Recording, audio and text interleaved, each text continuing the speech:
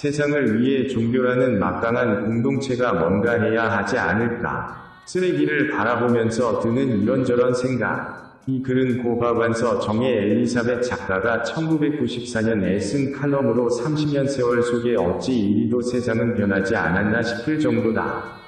우리 집 부엌 창으로는 유난히 쓰레기통이 잘 내다보인다. 살고 있는 층의 위치 때문이기도 하겠지만 자꾸만 신경이 써져서 더 잘 눈에 들어오는지도 모르겠다. 그렇다고 유별난 쓰레기통은 아니고 아파트 단지 어디에서나 볼 수 있는 트레일러가 싣고 가게 돼 있는 육중한 대형 쓰레기통이다. 분리수거를 의무화하고부터 집집마다 딸린 쓰레기 투하부를 봉쇄하고 새로 설치한 이 트레일러형 쓰레기통이 꾸역꾸역 넘쳐 나는 것을 내다볼 때마다 막연한 불안감에 사로잡히게 된다. 그렇다고 그게 어디론지 실려 가빈통이 돼서 돌아온다고 마음이 개운해지는 것도 아니다. 도리어 막연하던 불안감이 좀 더 확실해진다. 이 거대한 아파트의 숲에서 동마다 허구한 날 배출하는 그 엄청난 쓰레기를 받아들일 때가 이 땅 어둠에 아직도 남아있는 것일까? 남아있다고 해도 어느 날 문득 포화 상태가 되어 쓰레기를 거부할 날이 곧 닥칠 것 같고, 그렇게 되면 우리가 배출한 쓰레기의 높이가 고층 아파트의 높이를 쉽사리 앞지를 것 같다. 그건 생각만 해도 백주의 악몽이다. 어쩌자고 그렇게 많이 사들이고 많이 먹고 많이 버리는 것일까? 나는 마치 우리 아파트의 시어머니라도 된 것처럼 들며나며 뭔가 한 보따리씩 사들이지 않으면 유이 쓰레기를 던지는 주부들을 보면서 혀를 찬다. 그러나 내 딴에 내가 남보다 적은 쓰레기를 배출한다고 느끼는 것도 식구가 없기 때문이고, 부피로는 얼마 안 되지만 내 쓰레기는 거의가 비닐 종류이다. 장바구니를 가지고 다니는 것이 옳은 일이라는 것을 알면서도 나중에 쓰레기 봉지로 이용하려고 비닐봉지를 받게 된다. 그뿐 아니라 조금씩 사는 과일이나 야채가 스티로폴과 비닐로 미리 포장되고 쌓아놓은 데서 덜어서 살 경우도 저울에다 달아서 가격표를 붙이는 과정에서 비닐 포장은 저절로 이루어진다. 이렇게 해서 생긴 잡다한 비닐봉지들은 과일 껍질이나 야채를 다듬을 때 생긴 쓰레기와 설거지 찌꺼기를 담는 데 유용하게 쓴다. 그런 것들은 많이 생겨나는 것도 아니면서 그냥 내버려두면 냄새가 나는 것들이라 제때제때 비닐봉지에 담아서 봉에 두게 된다. 둔다는 것은 보관한다는 뜻이 아니다. 우리 집에서 배출하는 음식 찌꺼기는 아주 적기 때문에 큰 비닐봉지 속을 채우려면 거의 보름은 걸린다. 그동안을 냄새가 덜 나게 하려니 큰 비닐봉지 속을 작은 비닐봉지로 가득 채우는 결과가 된 것이다. 남보다 양을 좀 줄였다고 위안을 삼으려는 건 아니다. 위안은커녕 먹는 것만은 어떻게든지 안 버리려고 손님이 남긴 음식 찌꺼기까지 내 뱃속에다 꾸역꾸역 쳐넣으면서 자신이 쓰레기통이 돼가는 걸 보는 것처럼 비참해질 적도 있다.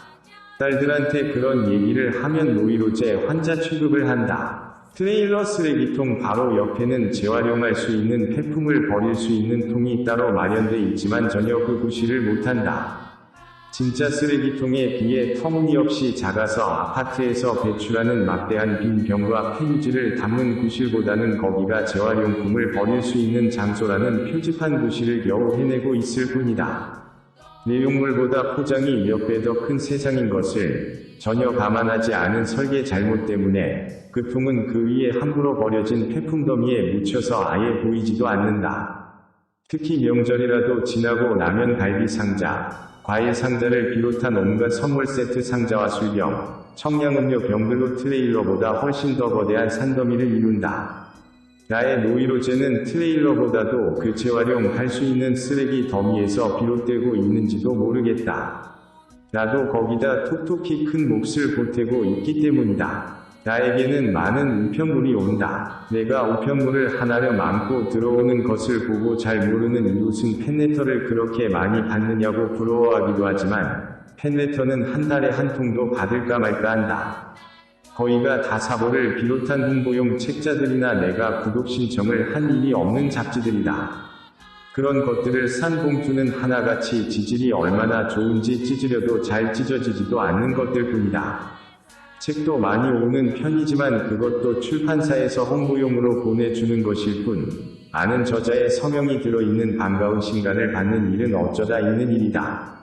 필요한 책이나 읽고 싶은 책은 거의 돈 주고 사보지 거저 생긴 책에서 문학적 지적 욕구를 충족시키는 일은 거의 없다. 껴둘 공간이 없어 사보나 판촉물 책자들은 버리게 되지만 버리기 전에 대강이라도 한 번씩 훑어보는 것은 내용보다는 종이에 대한 외경 때문이고 우체부에 대한 이양감 때문이다. 왜 그렇게 기업마다 회사마다 단체마다 호합한 사보를 만드는 것일까? 만들었으면 자기네 사원끼리 돌려보지. 왜 그렇게 뿌려대는 것일까? 특히 적지 않은 환경단체들까지 대동소이한 잡지나 신문을 만들어서 뿌려대는 것은 이해가 잘 안되고 신뢰감도 떨어진다. 환경 문제처럼 큰 목소리보다는 작더라도 구체적인 실천이 시급한 분야도 없으련만 비슷하고 지당한 목소리로 제각기 다투어 귀한 종이만 낭비하고 있다는 인상이나 풍길게 뭐란 말인가. 한 보따리 안고 들어온 우편물 중에서 겨우 신용카드 청구서 2장 건지고 몽땅 버려야 할 쓰레기로 분류해야 할 때면 팔에서 힘이 쭉 빠진다. 특히 열흘이나 보름 정도의 여행에서 돌아와 산적한 우편물을 정리한다는 것은 중노동에 해당한다. 거기다 돈 내고 구독하는 3개의 신문과 월간지, 개간지의 부피까지 가세를 하면 인쇄물 홍수에 전율하게 된다. 우리 아파트 내에서 우리가 가장 다량의 종이 쓰레기를 배출할 거라는 가책 때문에 나는 종이를 될 수 있는 대로 차곡차곡 모아 부피를 줄인다. 인쇄물은 그게 쉽지만 과일이나 과자 상자를 평평하게 분해하는 것은 여간 힘들고 손가는 일이 아니다. 여북해야 손님이 딸기나 케이크 상자를 들고 들어오면 그걸 먹게 돼서 좋다는 생각보다는 배보다 배꼽이 훨씬 더 클 것이 분명한 튼튼한 상자를 어떻게 판판이 펴고 접어 부피를 줄일 것인가 그 걱정부터 하게 된다. 유럽에선 생일 케이크도 케이크 둘레를 한 바퀴 족달한 마분지 한 겹으로 두르고 포장지에 싸주던데 왜 생일에 떡 대신 케이크 사는 것은 양품을 본뜨면서 그런 건 흉내를 안 내는지. 재작년에 영국에서 3달가량 머물면서 가장 신기하게 여겼던 건 내가 머물렀던 주말쯤 되는 주택가의 집집마다 현관문에 "No Free Newspaper" 라는 동판이 붙어 있는 거였다.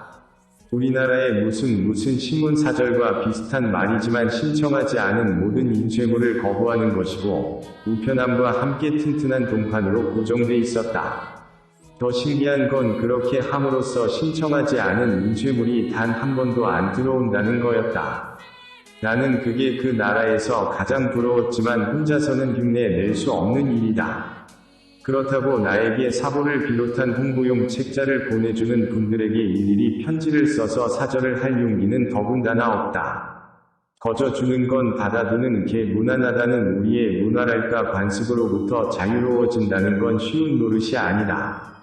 우리 사회의 전반적인 종이의 과소비가 너무한다 싶을 정도를 지나 공포감으로까지 다가온 것은 지난해 에티오피아 난민촌을 돌아보고 나서부터일 것이다. 40년 전까지만 해도 숲의 나라로 일컬어지던 에티오피아가 20년 가까운 내란과 가뭄으로 황폐해진 모습은 차마 눈 뜨고 볼 수 없었다. 전쟁으로 인한 굶주림은 우리도 겪은 바이나 그래도 우리는 그때 땅이 살아있어 희망이 있었다. 살아있는 땅이란 강이 흐르고 흙에 물기가 있어 풀과 나무가 자라는 땅이다. 땅이 녹색을 잃고 죽어갈 때 거기 몸 붙이고 사는 사람의 고초는 이루 말할 수가 없다. 풍요를 구가하는 줄만 알았던 우리 지구상에 이런 데가 있었다니 이건 도대체 누구의 죄입니까? 라는 탄식이 저절로 나왔다. 어린 것들이 자기 죄값으로 굶주리고 죽어갈 리는 없지 않은가. 저절로 우리의 과소비의 인도적인 죄의식을 느껴야 했고 특히 나무를 베어내야만 생산이 가능한 종이를 선진국에서 너무 흥청망청 쓴 게 지구의 기후변화에 영향을 주었을 거란 막연한 근심이 적나라하게 현실화된 것을 본 것처럼 무서웠다. 내 생애에 잊을 수 없는 충격적인 여행이었다. 그래도 종이 쓰레기를 내놓을 때는 그것들이 어디 가서 재활용이 되겠거니 하는 믿음과 희망을 갖게 된다. 그래서 비닐 한 장이라도 섞일세라 정성을 다해 차곡차곡 모으게 된다. 그러나 그것들이 눈앞에 산더미처럼 쌓여 추적추적비라도 맞고 있는 걸 보면 그렇게 슬플 수가 없다. 재활용이 되는 개라면 저렇게 구박을 받을 리가 없을 것 같다. 때로는 비에 젖은 폐지들이 내가 펴낸 책처럼 보일 적도 있다. 내가 종이 쓰레기에 화도 잘 내지만 모으기도 지성껏 하는 것은 어쩌면 나이 없이 활자공예에 이바지한 바가 적지 않다는 자격지심일지도 모르겠다. 그렇지 않고서야 종이가 비에 젖는 게 그렇게 숨가쁘도록 슬플 리가 없다. 재활용이 제대로 될까 의심스러운 또 하나의 이유는 폐지는 그렇게 많이 나오건만 재생지를 만나기는 쉽지가 않다는 데도 있다. 내 친구 하나는 외국으로 출장을 가면서 명암을 맞춰야 할 필요성을 느꼈다고 한다. 평소 찢으려도 찢어지지도 않게 코팅까지 한 명암을 혐오한 그는 재생지로 소박하게 명암을 박으리라 마음먹었지만 보통 명암집에선 그런 걸 취급하고 있지 않더라는 것이었다. 여기저기 수소문에서 그런 데를 찾느라 온종일이 걸렸다고 한다. 사게 박으려고 그런 것이 아니라 단지 재생지를 써주려고 온종일 수고를 한 그가 아름답다. 인쇄물 중에도 그런 아름다운 걸 만나고 싶지만 쉽지 않다. 틈만 나면 쓰레기를 만들거나 눈앞에 보이는 쓰레기 더미에 신경을 쓰다.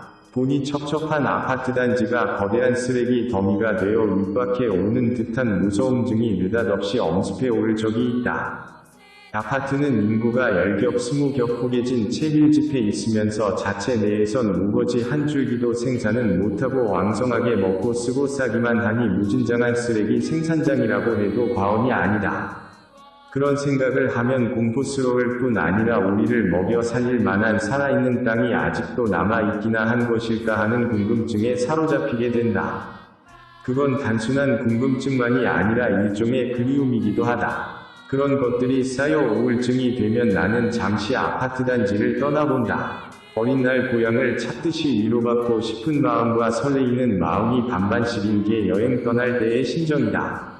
그러나 어디에도 고향은 없다. 내 고향이 갈 수 없는 고장이 된 지가 반세기가 넘건만 나는 아직도 도시만 떠나면 내 고향의 이미지를 간절하게 더듬는 버릇이 있다. 동산과 시냇물과 들판과 텃밭과 농가와 농부와 황소가 아무렇지도 않게 조화된 풍경이 우리에게 끼치는 완벽한 평화와 안식을 해치는 것이 1970년 대까지만 해도 울긋불긋한 스레이트 지붕이라고 생각했다. 그러나 시골이라고 편하게 살지 말란 법이 어디 있나 하고 양보하는 마음으로 꼭 그것을 받아들이고 나니 이번엔 여기저기서 펄럭이는 비닐 조각이 싫었다. 그것도 비좁은 땅이 도시의 왕성한 식욕을 채우려니 그럴 수밖에 없는 쪽으로 돌릴 수가 있었다. 그러나 찾길이 닿는 곳이면 아무리 산골이라도 한우 고깃집, 토종닭집, 오리고깃집, 멧돼지 고깃집 간판이 있는 것은 정말 싫다. 그런데 들어가서 토종닭 다리를 아비아비 먹으면서도 싫으니 무슨 고약한 신부인지 모르겠다. 잠시라도 노연하고 싶었던 게 단지 아파트 단지만이 아니라 도시적인 왕성한 식욕과 쓰레기 생산력도 함께라고 생각했건만 그것조차 거짓이었다는 자기 혐오 때문인지 모르겠다. 지난 가을 시골을 정처 없이 떠돌아다녀 보고는 새로운 발견을 또 하나 하게 되었는데 아파트나 공장이 안 보이는 시골은 거의 없다는 것이다. 설사 아파트가 없는 마을이라 해도 동구바퀴나 뒷동산의 능선 너머로라도 아파트의 회색빛 모서리가 보였다. 시골 사람들이라고 아파트에 살지 말란 법이나 하고 훔치려고 해도 내가 길을 쓰고 도망친 것으로부터 벌미를 잡힌 것처럼 진저리가 척였다. 같이 간 사람에게 저 놈의 아파트 좀 안 봤으면 좋겠다고 했더니 그는 우리가 차를 타고 다니고 있다는 걸 잊지 말라고 했다. 아픈 소리였다. 자기는 온갖 문명의 편의를 누리면서 조금 덜 문명화된 것에 불편을 눈욕이나 의한거리로 삼으려던 것처럼 돼 버렸으니 말이다. 낯이 뜨거운 김에 그럼 걸어다니겠다고 날쳤더니 몇십 리 걷기로 작심했다면야 아파트도 공장도 식당도 비닐하우스도 안 보이는 마을을 찾기는 어렵지 않겠지만 거기엔 아마 농사짓는 사람도 남아있지 않을 거라고 운전대 잡은 동행은 말했다. 그는 아마 비웃고 있었을 것이다. 그래 관광식당이 농가보다 더 많든 아파트나 공장 건물이 시골의 부드러운 지평선을 직선으로 가르든 말든 농사 짓는 사람이 아직도 이 땅에 남아있다는 것만도 고마워해야 하지 않을까. 아니, 그건 고마움 이상의 그 무엇이다. 이 땅은 도처에 산이 많지만 산기슭이나 산과 산 사이에는 어김없이 평야가 펼쳐 있게 마련이다. 척척 산중 산모퉁이를 돌다가도 호련히 나타난 마을과 만나게 된다. 농사꾼의 손길이 간 농과 푸성귀가 자라는 텃밭과 인기척 있는 집이 나오면 그렇게 기쁠 수가 없다. 그리고 만약 이 땅에서 저런 시골마저 사라지는 날이 올 그때까지 사는 일이 없기를 조금도 거짓 없이 바라게 된다. 그건 어쩌면 바람이 아니라 그렇게 되면 안 사는 게 아니라 못 살게 되리라는 예감인지도 모르겠다. 농사꾼이 농사짓는 데 들이는 시간과 노고를 도시나 공장에서 들인다면 농가소득의 몇 배도 올릴 수 있다는 것은 우리 모두의 상식이다. 소득이 적은 대신 존경이라도 받냐 하면 그건 더군다나 아니다. 자본주의 사회에서 존경받는 척도는 권력 아니면 돈이지. 그 밖엔 어림도 없는 얘기다. 농사꾼이라고 왜 그걸 모르겠는가. 그럼에도 불구하고 아직도 농사꾼이 남아있다는 것은 땅이 땅 구실을 못하는 걸, 즉 생명력을 잃어버리는 걸 참아 못 보겠다는 땅과의 어쩔 수 없는 사랑 때문이라. 우리들의 밥상에 그들의 사랑이 올라앉아 있다. 만일 그들이 땅 사랑에 지쳐서 그만두어 버려도 우리가 한국 사람이라는 자부심을 가질 수 있을까? 그들이 농사를 안 지어도 우리가 물건만 만들어 열심히 팔면 굶어 죽진 않는다는 것은 확실하다. 그러나 아무리 돈 주고 사다 먹어도 우리 밥줄을 좌지우지할 수 있는 나라에게 우리가 기죽고 눈치 보지 않을 수가 있을까? 사람 죽이는 무기를 대주는 나라한테도 기죽는 생각을 하면 생명선을 쥔 나라한테는 구더기처럼 기라고 한들기지 않고는 못 베길 것이다. 그렇게 생각할 때 우리의 농사꾼들은 우리 밥상만 관장하고 있는 게 아니라 우리의 자부심의 근거까지 돼주고 있는 것이다. 나는 이 땅에서 농사의 맥이 끊어지지 않고 이어지고 있다는 것만 고마워서 농약을 얼마나 많이 치고 어떻게 재배했나에는 거의 신경을 안 쓰고 살았다. 혹시 자기 농장을 가지고 있다거나 유기농법으로 농사를 짓는 농가와 특별한 관계를 맺고 그런 것만 먹고 산다는 집을 보면 아니 곱게 여기기까지 했다. 그들이 하는 짓이 아파트 모서리나 관광식당 간판이 안 보이는 순진한 시골을 찾아 헤매는 내 모습과 별로 다르지 않아 보여 더 역겨웠는지도 모르겠다. 그래서 그런 사람을 비꼬면서 나는 보통 사람들이 먹는 대로 먹다 죽을 거라고 은근히 잘난 척을 해왔다. 그러나 해도 참 너무한다 싶게 이웃 나라 먼 나라에 농산물이 쏟아져 들어오면서 사정은 달라졌다. 비싼 것이 우리 것이려니 하고 안심하던 것은 벌써 옛날 이야기이다. 겉모습은 비슷한데 가격 차이가 2배, 3배 아니 10배까지 난다면 그 차액을 챙기려 들지 않을 장사꾼이 어디 있겠는가. 눈뜨고 그걸 속아 산다는 것은 장사꾼만 이롭게 하는 것이고 그만큼 농사꾼을 손해나게 하는 짓이라는 것을 아무리 굶뜨고 아둔해도 안 알아차릴 수가 없었다.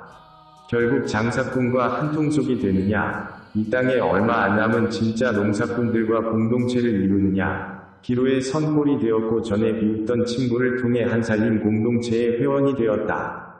며칠 전에 생산자와 소비자가 만나는 장터가 있어서 거기 나가 한마디 연설도 하고 생산자들과 막걸리를 마시며 격이 없는 대화도 나누었다. 사회자는 자꾸 생산자라고 했지만 나는 그리움과 존경을 다해 농사꾼이라고 불렀다. 참으로 뜻깊은 자리였고 기쁜 자리였다. 역시 뭐니 해도 사람이 제일이었다. 내가 도시를 훌쩍 떠나 찾아 헤매던 개 내 고향을 닮은 시골 모습인 줄 알았는데 그게 아니라 농사꾼다운 농사꾼이었다는 걸 알 것 같았다. 농사꾼 앞에서 조그맣고 겸손해지는 느낌이 그렇게 좋을 수가 없었다. 마침 주일이라 성당도 안 가고 거기를 간 건데 조금도 마음에 꺼림칙하지 않았다. 오히려 주님이 계셨더라도 아파트 단지 내 2호와 성당에 계시지 않고 그 자리에 얼굴이 새까만 농사꾼들 사이에 섞여 계실 것 같았다. 그들의 하소연을 통해 땅 힘을 살리는 유기농법의 어려움에 공감할수록 우리 공동체 식구들만 너무 좋은 것을 먹고 사는 것 같아 미안하기도 하고 땅을 살리는 데 동참하고 있는 게 자랑스럽기도 했다. 내가 가입하고 있는 게 한살림이라 그걸 예로 들었을 뿐 그와 유사한 공동체는 그 밖에도 많이 있는 줄 안다. 드문드문이나마 그런 곳이 생겨나는 게 우루과이 라운드의 거센 바람 속에서도 우리 농촌이 아주 죽지는 않으리라는 희망이 돼주고 있기는 하나 전체 인구와 국토 면적에 비해서는 그야말로 새발의 피다. 다만 힘찬 어떤 가능성을 제시한 걸로 그들이 소중한 것이다. 이 소중한 가능성을 살리고 확산시키는 대교회라는 막강한 공동체가 뭔가 해야 하지 않을까. 내 탓이오 하는 것과 같은 자기 위안적인 구호 말고 구체적인 행동방향 제시와 솔선수범으로 말이다. 땅을 정복하고 번성하라는 기독교 문화를 환경오염의 주범으로 보는 시각도 만만치 않은데, 하느님의 참뜻은 땅을 가꾸고 지킴으로써 더불어 번성하는 것이라는 걸 교회가 앞장서서 보여줬으면 싶다.